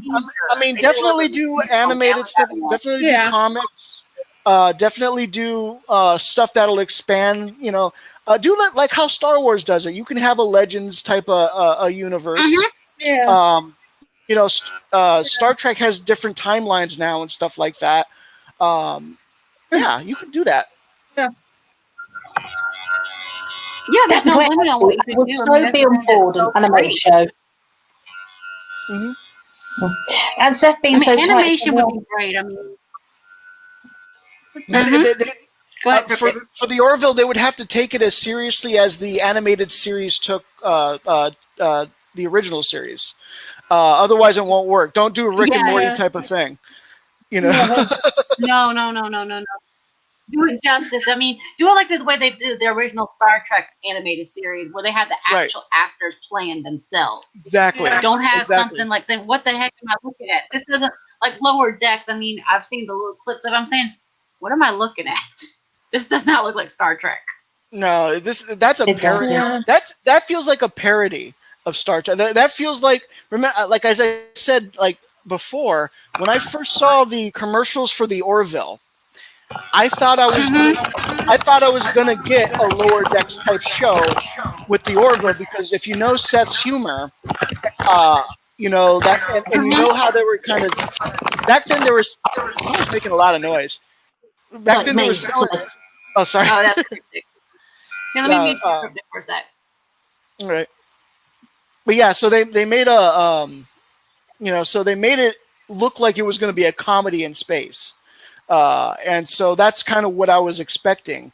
And as I said, I was blown away by how there was comedy, but how much they were able to absorb the actual Trek uh, optimism, the writing, uh, everything, including the music. I don't like. I remember the first episode where they would do the little musical tones in between segments, and they felt like it felt like they took one of the TNG ones and licensed it for that instead of actually creating their own. Yes. But what they did was they created their own music.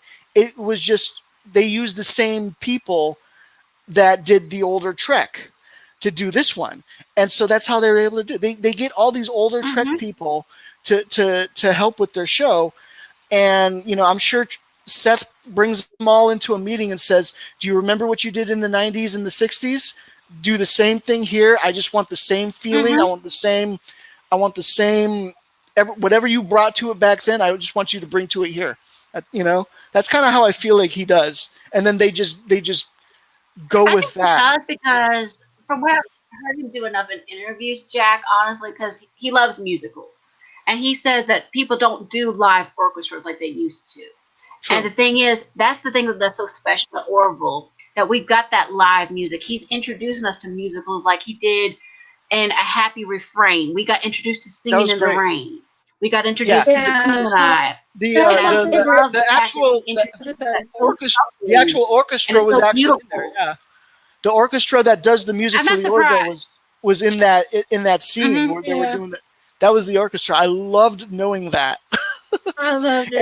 And that's the thing that's so cool, that I love the fact that he does that he brings music to your life, because most people would say, "Oh, I don't want to see a live orchestra. It's all boring. It's all stupid." No, it's not.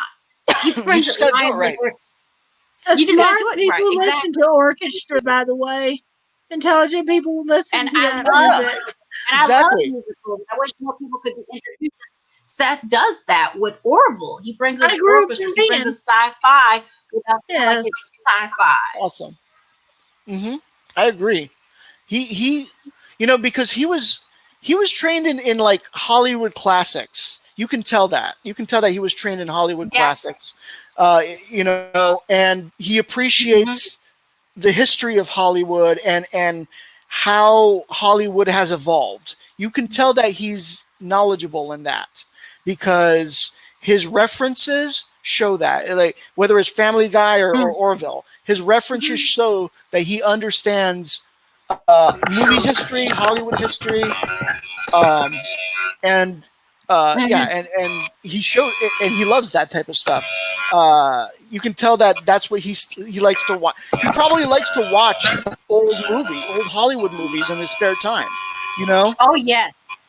Yeah, that's what I when I picture Seth MacFarlane like in his off time, like that's what I picture him doing, like watching some old Hollywood movie that nobody remembers anymore that he's trying to gain inspiration from or something, you know. Anyways, That's the thing that I know about, that Seth has mentioned this many, many times, that he loves the old movies. And there's something classic about those old movies. I mean, I grew up with those. I mean, I'm 35, but I still love those classic movies. I really do. There's something timeless about them. There's something special about those that and it shows that he loves music. It shows so much that he loves it, that he goes above and beyond to make sure, because he said for the longest he could not see when he was about, I think, only until he was about 3 or 4. He would only hear things, right. and he used his hearing to help him visualize what was going on. And I think that that's why he does the things that he does with creating musical cues, because I'm sure there's a musical cue for Boris, a musical cue for Clyde and Kelly, Ed, whoever's on the screen. And it shows that he does that, and he brings in these musicals like The King and I, The Sound of Music. I mean, some people say, "Oh, The Sound of Music, that's a chick flick." No, it's not. It's a good movie. No, it is. It's And he based shows off it, of and he does real it history. humor. A real It's a family marvelous is film. based Right. off of. I mean,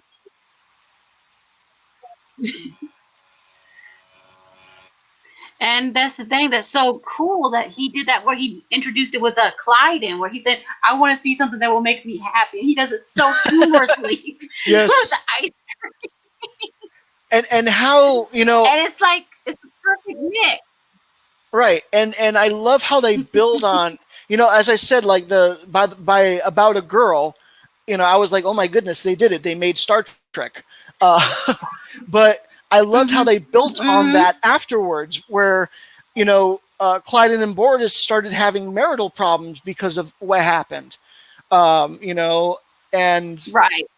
yeah, and it became this big problem where eventually, like, the ship almost got destroyed. You know, so I love how they build up on older stories like Star Trek did. They used to do that too.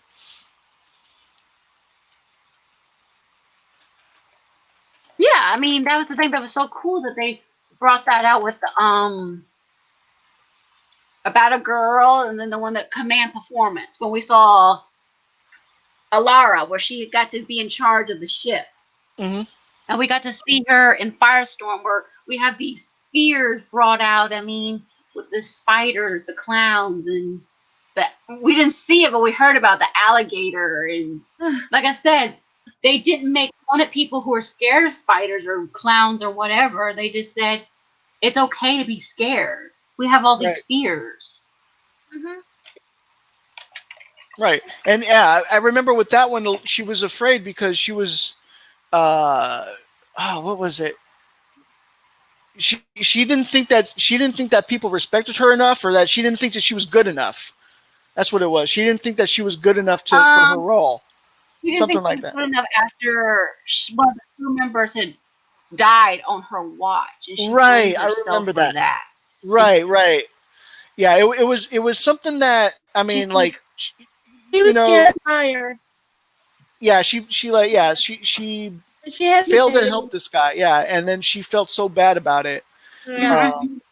Yeah, I remember that. Yeah, and it was, you know, it was one of those things where at the end, when you realize it's a simulation, you know, it all yes. makes sense. It all makes sense because it's all seems like a cluster at first.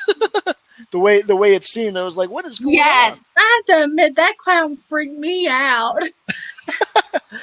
Oh man, That no, clown didn't they did a freak me good out, job but with it's that just clown. the spider crawling across the table kind of unnerved me a little. Normally clowns don't freak I me out. know. No, but that one did. It was like more terrifying than it. Now that Exactly. clown didn't technically scare me, but what really scared me was when that spider tarantula can't start crawling across the table in the conference room, and it's crawling toward Ed, and I want to go like, "Ed, get out of there! Get out of there!" And they said in real life that Seth MacFarlane was actually really scared of that. I wouldn't blame him. Alrighty, I don't either. I admire him because he loves to face his fears. Hi guys, sorry to interrupt. Really sorry to interrupt, but All that right. buzzing noise you can all hear is me. It's my laptop, which, as I said before, is about to explode. Honestly, surprised it hasn't already. So, and it's also 3 o'clock UK time. So I'm gonna say goodnight to everyone. Good Okay? night. It's Okay. been so much night. fun, and thanks for inviting me on, Cryptic. Alicia, Cece, and Jack. Have a great rest of You're the week, you welcome. guys. Come back You anytime. too, All right. Cryptic. Night all. Thanks. Thanks everyone. Bye-bye. But no, that was the thing that I loved about that episode. I mean, it's so written because at first I didn't realize it was a simulator until you see her running down this corridor and they're watching way up high above. I'm like, wait a minute, that whole thing was a simulator? Yeah.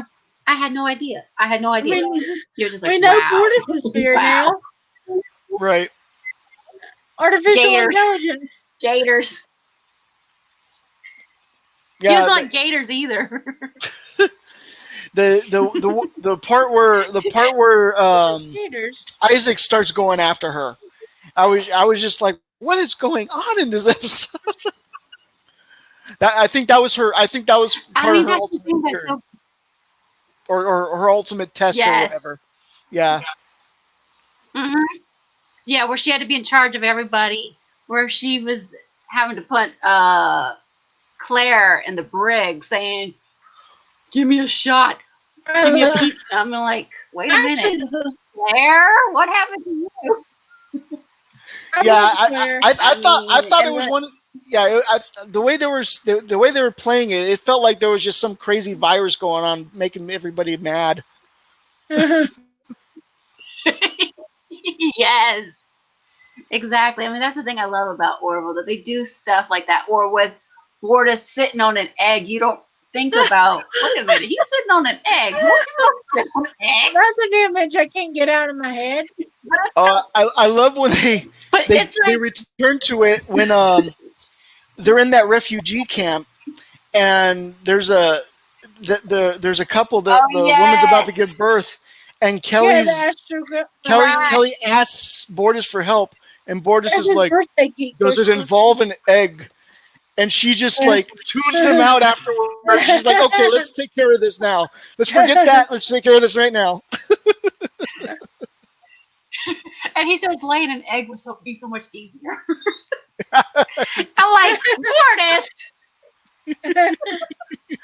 Bordas. That was good. Or when we find out, like, oh, go ahead. Cooper. What I was just thinking was like, when he talks about Gilliac trash, and you're wondering, because somebody was asking the question, they said, well, is Seth MacFarlane calling himself Gilliac trash because it aired around the time of his birthday? I said, I don't think so. I don't think Seth would make fun of himself, but I don't know. I mean, it makes you wonder. When I went through the list, I said, well, I went through and I said, these two are obviously Gilliacs, but what are the other three? Which one is Ed? I've narrowed it down between these three choices, and I forgot what they were right off now, but it made you think. Mm-hmm. Saying, okay, there's a whole culture obsessed with zodiacs. Yeah. Yeah, and that's one of the things I love about the Orville. The writing, back in the earlier Star Trek, they used to do these morality plays, and and I haven't seen those morality plays since Enterprise until the Orville came out. About a Girl is Right. one of those biggest examples of the morality play, I think, when it comes to the Orville, and that's why I knew, like, that's why I was like, oh my god, they did it. They made Star Trek because they got that aspect right out of out of everything that they did get right already, like the lighting and the writing and the characters and the music and the special effects. Out of everything, you got to get that one right. That one part. Yes, exactly. The storytelling is key because I always think about the episode with Lokar. I forgot the name of it right offhand, but anyway, it made me think of that old Star Trek episode, The City on the Edge of Forever. And basically, Kirk has a choice to choose between the woman gets killed, or does he save her life, or does he let her die? And Lokar in that episode and everything, it had that old timey feel because you got them in this World War II simulator, and then you also have the drama of Lokar falling in love with Tala, and Tala basically saying, "I love this guy, but I can't let people know that he loves me."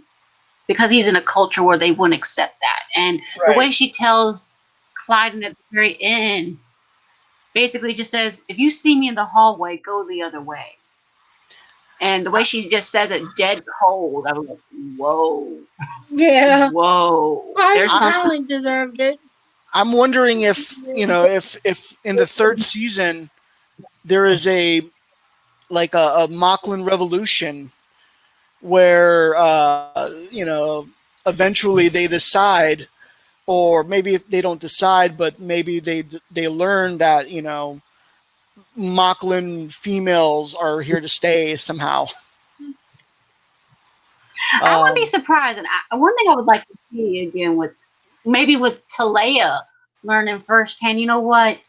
Humans are not as bad as you think they are. Mhm. And your krill are not what they seem to be either. Because you think that this Avis is all powerful and all knowing and all this, wants you to do this and that. But maybe to learn firsthand from these female Moclans, you know what? There is another world out there, and not all females are the same way. Some of these females have to fight for their survival, like Avina and her crew.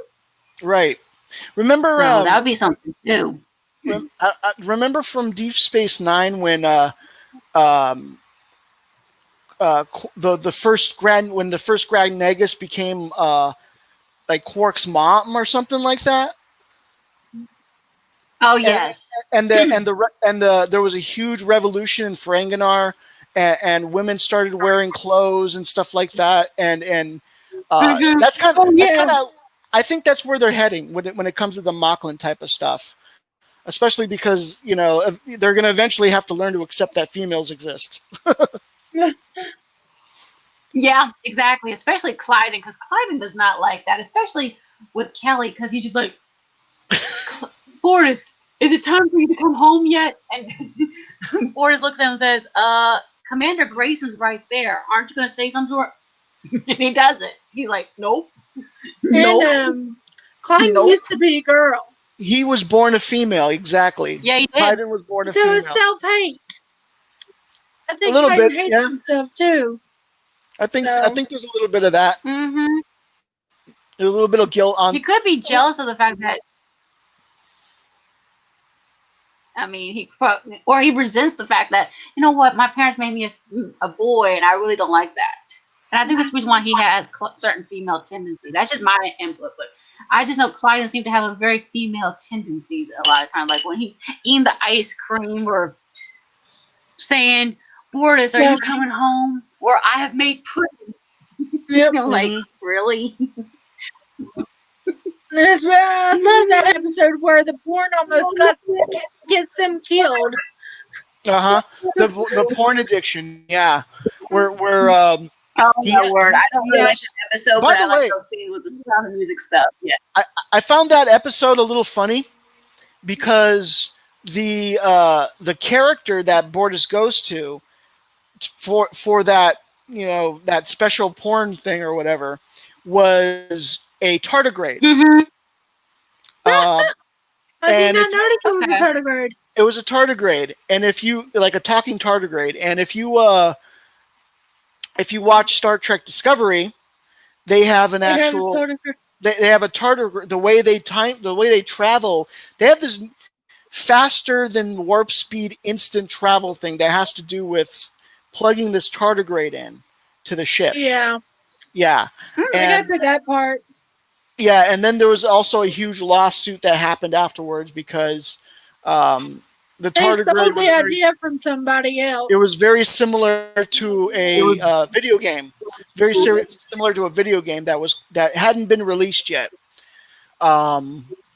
Yeah, so I thought that was funny that they would make that character a tardigrade, like a giant tardigrade. Is that Bob believes Seth did it? Am I correct? Say again? I I think I heard somewhere he played that character too. Maybe he did. I didn't hear. I didn't know about that, but I would believe it. I know Orville Nation interviewed him. Let me see. Let me see. Yeah, Orville Nation interviewed him the other. No, he interviewed the doctor in the doctor scene. That's what it was. It was someone different. Hmm. There's someone else. I got the name mixed up, but yeah, I mean, that's the thing I love about Orville, the Orville community. That we hear these rumors, and like you, Jack, checking this out, saying, you know what, this doesn't sound right. This doesn't feel right, and we stay connected to each other. I mean, yeah, we're waiting on episodes, but you know what? We still stay connected. We still make each other think on stuff about Orville and say, you know what? Did you ever see this? Did you ever know that? And I wish more communities could be like that. And I think the other communities are jealous of that success. They're jealous of the fact that we're not divided, that we aren't toxic, that we're not having to rebrand ourselves, that we're finding fresh new ways to come up with new content that they wouldn't have thought of. Because I'm sure some of them would have never thought of coming out with comic books. Someone was in comic books. That's stupid. But the comics are really great because it's fresh and it tells a story without taking away from the episodes. Hmm. And it's extra content that anyone So can yeah. enjoy. Yeah, and Oh we yeah.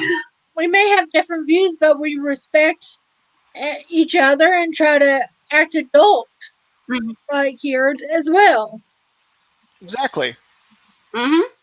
Yeah, exactly. That's one of the things that I haven't had a lot of good experiences with the new Star Trek crowd when it comes to that. Um, you know, Yeah. it used to be like I don't like this, and people would be like, okay, Okay, yeah, and now it's like I don't like this, and all of a sudden you're I'm a racist. racist, sexist, You Or, get the homophobic. big or you're name. a hater or You're you're not even jealous. doing the Yeah. action. You call it hate. Right? Yeah, Yeah, yeah. I've dealt with a lot of that. There's people, there's maybe thousands of people that I don't know that have blocked me. yeah. Some in the Yeah. Orville I I've wouldn't be already surprised. discussed that blocked me, but I've changed since then, and Hmm. I'm trying to be better. That's all we can do. Of Mhm. course, But I still stand by what I did because I asked for clarification right? on something, and she Exactly. Right. didn't like it, so bam, It happens. Yeah. it It happened. happens. I'm blocked by William Shatner. Breaks my heart, but hey, it is what I it haven't is. been blocked by him yet. Yeah, I mean, like it I happens. haven't been blocked by too many people. I've only been blocked by one person, but that was in the Orville community. I think, yeah, she was in the Orville community because she was a little upset with me because of my GoFundMe, saying, "Oh, you're upset because you're not getting funds and stuff like that." I'm like, it wasn't just that; it was other stuff that people were plugging their own stuff and they were forgetting about me. But I've since learned that you know what, my true Orville family and friends, they're going to support me no matter what. Yeah, Yep, the real ones do. The ones who pretend to be That's what I'm nice saying. The guys. true ones, yeah. Yeah, I mean, that's why I always try to be genuine to whoever comes onto my channel. Say, hey, how are you? Did you want to come on like Cryptic? I mean, that's how I met her. I met you, Jack. I met you, Crystal. Saying, hey, we're all yeah, under one banner. Let's stay connected and let's be yeah, friends, even though we're worlds apart. yeah, We may not agree on everything, but we do agree on the main thing. We love Orville and we're friends and we're a family together. yes. yeah. We like the Even show, Yeah. and families, that's all you really need to yeah, connect with people. even families fight and I wish more communities quarrel could with do each that. other too. Yeah, So, exactly. Families fight. mhm. Yeah. But it's all in good fun when we do say, you know what, I like Topa better as a girl, or I like Topa better as a boy. It's all in good fun though. We don't make people Right. feel bad because we disagree on something. Yeah, and And I think we need that's to something remember that that. We need Yeah, to stay yeah, united no matter what. yeah. I I agree. think that's the key, and I think I'm gonna wrap this up. But like I said, I think that's the main point. Is just stay connected, stay united, and don't spread the toxicity. If you're not sure don't about spread something, rumors. go to try to find the source. Try to find the source if you can. If you don't see a source, contact the people that are in the know, like Tom Constantino. But don't spam him, please. Don't spam him, folks. Yes, No. please don't But spam them. if you're not sure, just do not Yeah, spam these folks because they have lives. I was so happy when he followed me, but I made this like personal rule to myself to not bother him unless I need to. Makes sense. Makes sense. Just like certain ones are liking my pictures and content and stuff like that, but I try not to push it. I let them contact me when they're ready to be contacted. Yes, yes. It felt like that time. I felt like, you know what? Like I'm gonna ask. It doesn't matter if he answers or not. You know, if he does, great. If he doesn't, then maybe that's a bad sign. I don't know. But luckily he did, and he answered negatively to that rumor. Mhm. So Yeah, exactly. I mean, I he get to answered a enjoy question more. that I had. Yeah, just like there was that picture where all of them are looking down at the baby, and I made the comment that I wonder how they did that scene, and Tom Constantino actually answered that question I on remember that. Twitter. And I said, I Yeah. remember that. "Oh, I didn't know I that was you. was like, thank you, Tom. Thank you for that insight." And I was like really surprised because normally when you ask a question out there, you're not expecting the content creators or whoever to say, "Hey, this is how we did it." Because normally they just say, "Oh, that's a trade secret. Can't tell you. True. Talk to my representative."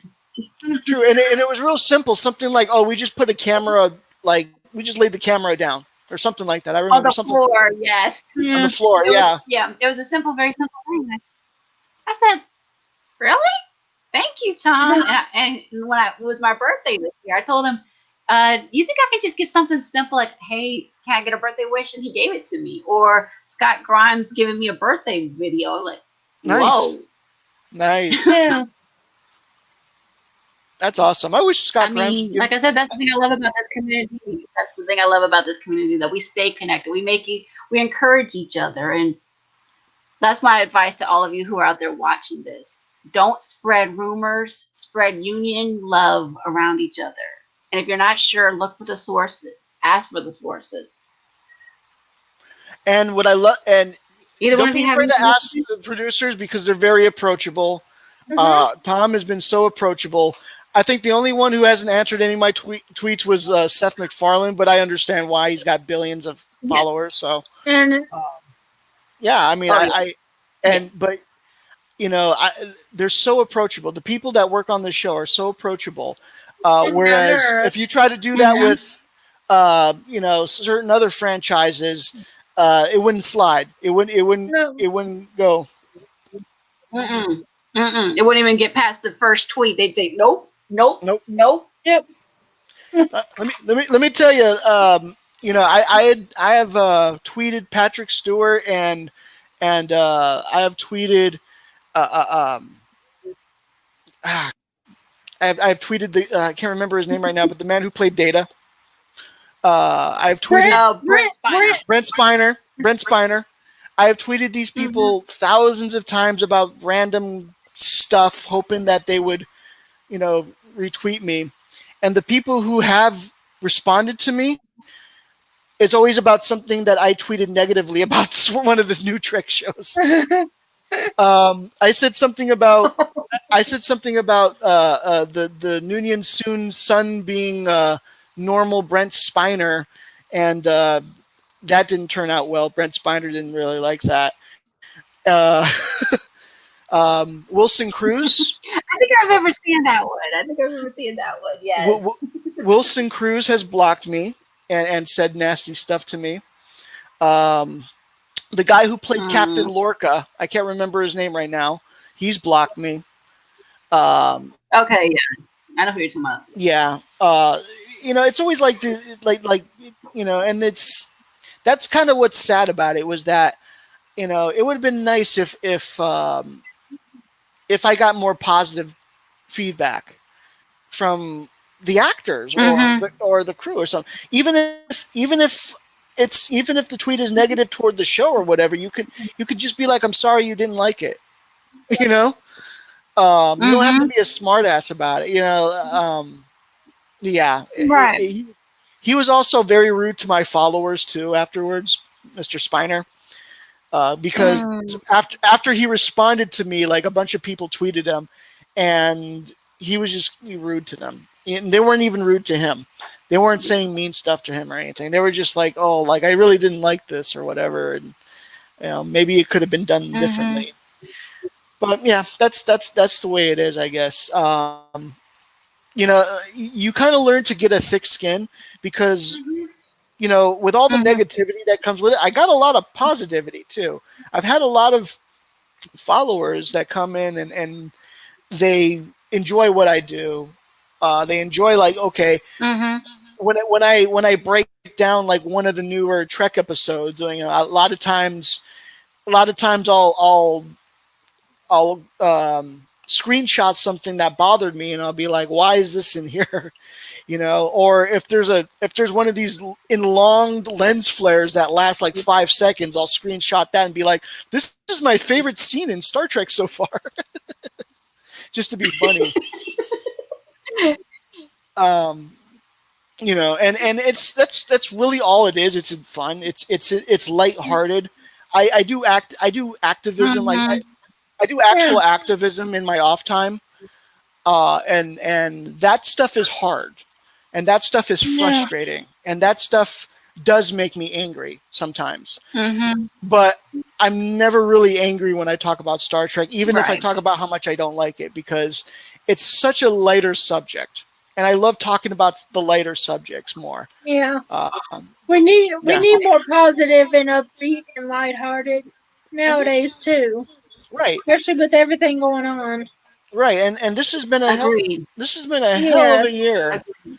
A hell of a year for stuff going on. Oh, It has. yeah, it started off with Interrupted. Kobe dying. We don't a need day any more before my negativity birthday. out there. Wow. Yeah, a day before my birthday, Kobe died. Okay. Jeez. Yeah, you know, I His hope. Does daughter anybody have anything but they and everyone else. wrap this up? No, I don't really have much else to say about it. I mean, I Be think I've said careful with everything. be careful with spreading misinformation, because we Yeah. already know one person who's really, really bad at that, Yeah, or and really good at it. I don't Depends think on anyone's going to take their website seriously anymore. no, and Yeah. that's the downside Exactly. of doing stuff like But, this. No but one's don't make gonna. them feel bad. Don't let them know that. Make them know that the Orville community is here to stay. We're united, Yes. and we will not tolerate foolishness. Mm-hmm. And cite your But, sources. yeah, my name is Elisa. Yes, take your sources. So yeah, exactly. Cite your sources. So thank you, Jack. Thank you, Crystal. I'm going to Thank stop you. the stream here, but thank you all for coming out. Those that came out, Terry, Sci-Fi Nation. Who else came in here? A couple other people came in, but thank you all so much for coming. You two can stay where you are. I'm going to just end this here. But like I said, I will be on the Ambassadors stream on Saturday night at 8:30 my time, which is Eastern, and I will be talking about why action movies are loved by women. So thank you all for watching, and I will see you guys somewhere in the social media world. Remember, we don't want to spread rumors. We want to spread love and unity. Bye. Bye. Bye.